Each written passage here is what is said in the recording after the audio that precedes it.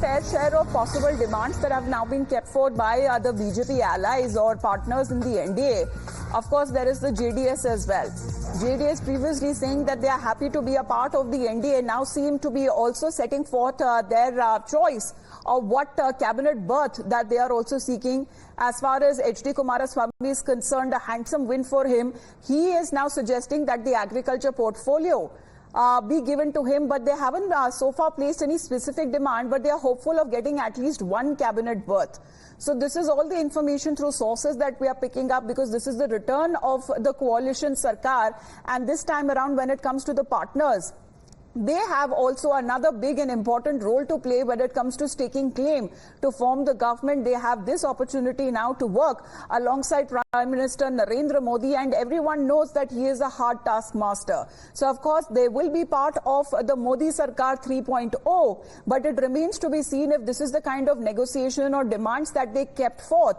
Will that be accepted when it comes to the top BJP leadership? Because that being the single largest party for now in the elections that have now taken place, when it comes to the important ministries, they are likely to keep it with themselves.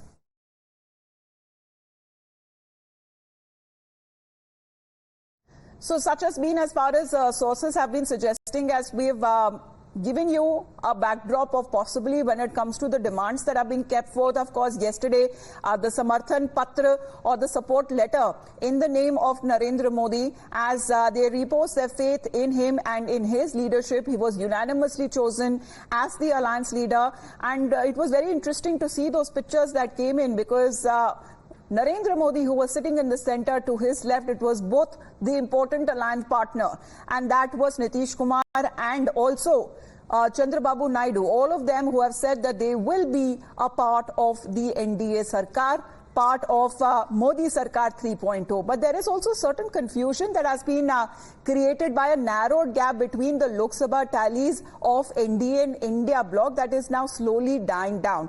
The picture is now becoming clearer after the crucial hurdles of the alliances in Delhi. First, that came from the NDA meeting, where all the allies, including TDP and JDU, handed over the letters of support to Narendra Modi, dimming the hopes of the opposition to poach some allies for now. Now, after 2 hours later, India bloc partners also came out of a meeting to declare that they will take appropriate steps at the appropriate time to realize that people's desire is not to be ruled by the BJP fascist government.